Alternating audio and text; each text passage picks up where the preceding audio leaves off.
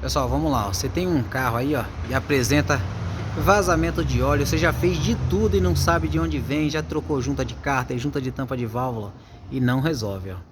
Mas nesse caso aqui, ó, se você estiver passando pelo mesmo problema, retentor de volante, tá? Você remove o câmbio aqui, ó, tira ele fora, atrás do volante ali, onde é acoplado o kit embreagem, tem um retentor. E aí ele tá com vazamento, ó, igual esse aqui, ó.